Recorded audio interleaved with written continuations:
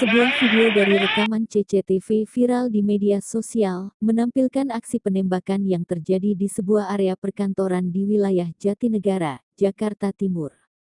Diposting akun X @Radio-El-Sinta, diduga pelaku penembakan tersebut adalah Gatan Saleh Hilabi, GSH, yang merupakan mantan suami artis Dina Lorenza dan Cut Keke. Menurut keterangan korban, Muhammad Andika Mawardi, peristiwa terjadi pada tanggal 8 Februari tahun 2024 kemarin, dan baru hari ini dirinya berani menyampaikan kepada pihak media.